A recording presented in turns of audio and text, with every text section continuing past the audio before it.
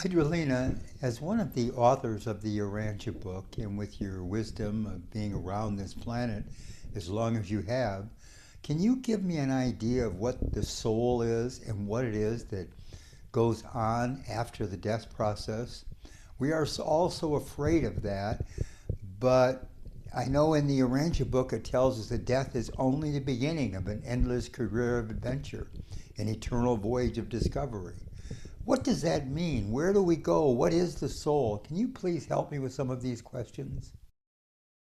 Come sit with me for a moment, not because you are troubled, though you might be, not because you are seeking answers, though you may be, but because at some point, every thoughtful human being asks the same quiet question.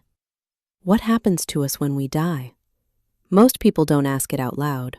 They ask it while staring at the ceiling at night, while standing at a graveside, or while holding the hand of someone they love, realizing the moment will not last. And if we're honest, most of what we've been offered as answers has either felt too vague to trust, too frightening to accept, or too religious to relate to. So let me begin gently, without assumptions, without theology, without pressure. You already know more than you think. You already sense that you are more than your body, even if you've never said it that way. Your body changes constantly, your cells renew, your appearance shifts, and yet you remain recognizably you. There is something steady behind your thoughts, something that experiences joy and regret, something that remembers who you were at 10, even though the body that lived those years no longer exists.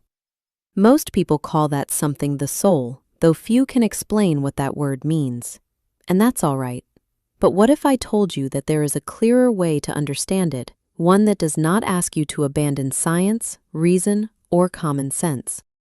The first awakening. There. When consciousness returns beyond death, it does not feel abrupt. It feels recognizable. You are aware that you are alive, aware that you are yourself, aware that something heavy has been set down. The body you awaken in is not the one you left behind, but it feels suited to you, responsive, capable, unburdened by illness or fatigue. Thought is clearer, emotion is steadier. Awareness feels wider, like stepping outdoors after years in a dim room. There is no panic, no cosmic announcement, just the quiet realization, I am still here. You are not alone when you wake. This is where many hearts soften. You are not greeted by strangers with clipboards. You are not hurried into instruction. You are welcomed. Those who have gone before, family, friends, companions of the heart, are often there. Not all at once, not overwhelming, but present, whole, recognizable, free of what troubled them in mortal life. A mother without pain, a friend without restlessness, a child without fragility. Reunion does not need many words. The recognition is immediate, deeper than faces or voices. You know one another. And here is something especially kind about this stage. You are given time. Time to visit, time to talk, time to laugh, and yes, sometimes to weep, though tears there do not sting as they do here. Nothing is rushed. Nothing is taken from you. Why there is time before the journey continues. The universe, as described in the Urantia teachings, is not in a hurry to turn souls into servants. Growth is not forced. Service is not conscription. Before any new learning begins, before any broader responsibilities unfold, there is a season of settling. You become familiar with your new state of being. You adjust to a reality where thought has greater influence, where intention matters more than effort, and where learning feels more like remembering than struggling. This is not a waiting room.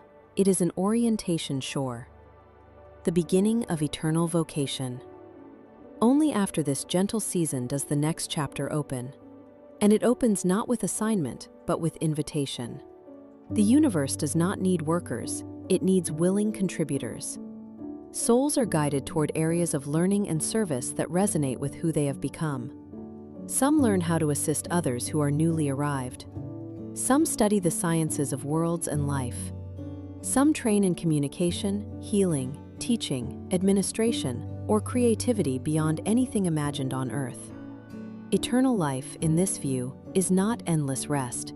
It is endless, meaningful activity, matched perfectly to your growing capacity and interest. Wonder does not fade. Curiosity deepens. Purpose expands. And always, service is joyful, not because it is required, but because it feels right. Glory redefined. When people hear the word glory, they often imagine praise, brilliance, or elevation above others. But the glory spoken of in these teachings is quieter and far more satisfying. It is the glory of becoming useful without losing yourself. The glory of growing without pressure. The glory of knowing that your existence matters, not because of status, but because of contribution. This is the career of eternity: to learn, to serve, to explore, to love, and to do so in widening circles of meaning. What this means for you, here and now. If this vision stirs something in you, hope, curiosity, relief, then let that be enough. You do not need to accept every detail. You do not need to call it truth yet. But perhaps you can allow this thought to settle gently. Death is not the loss of relationship. It is the relocation of it. Those you love are not gone. They are ahead, resting, reuniting, and preparing. And one day, when your own river reaches that widening, you will not be entering a strange land. You will be coming home, not to an ending, but to a beginning rich with service, wonder, and a glory that feels less like being exalted and more like finally being fully alive.